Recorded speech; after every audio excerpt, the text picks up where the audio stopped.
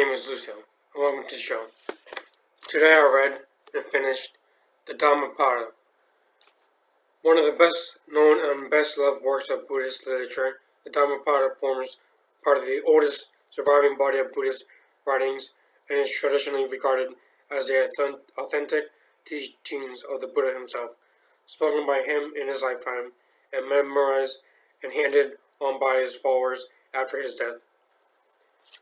The translation is by Valerie Rubuk and is an excellent translation, I find.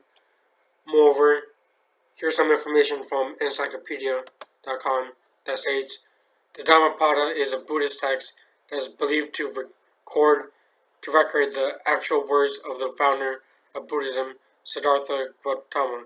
Gautama, better known as the Buddha, lived between 563 and 43 BCE. His words were passed along orally until they were written down in about the 1st century BCE. There are some excellent short passages that I would like to share with you.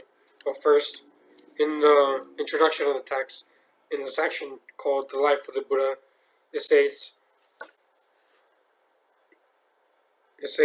somewhere here, a sage who saw the newborn prince prophesied that he would be a great man who would rediscover the Dhamma found by all previous Buddhas and teach it to the world. According to the commentarial versions, his father was aghast at the idea that his son might choose to become a wandering holy man instead of the great ruler that he wished him to be. So he went to extreme lengths to ensure that his son remained happily in the household life, providing him with every luxury, showering him with solely with beautiful, healthy young people, and when the time came, arranging a marriage for him with his cousin, who eventually bore him a son, Rahula.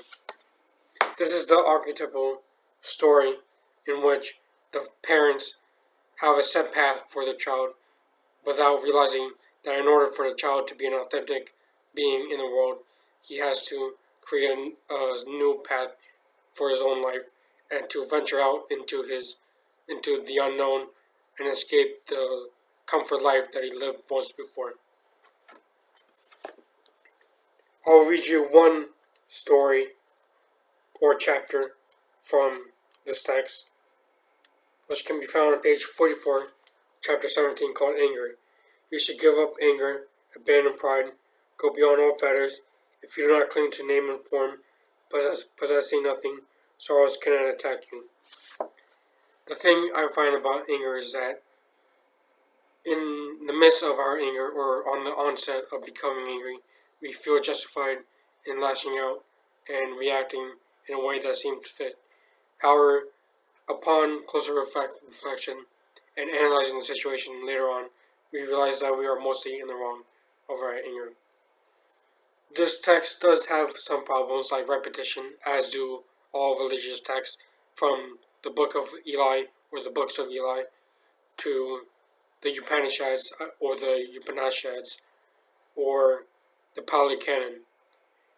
They're not that great of lines to be repeated over and over again, and we get the main idea of what it's trying to lay down in the first place. Other than that, I found this book an illuminating text and worth reading. If you haven't read Buddhism before, then this is a great text to follow up on or to read initially. Thank you, and have a good day.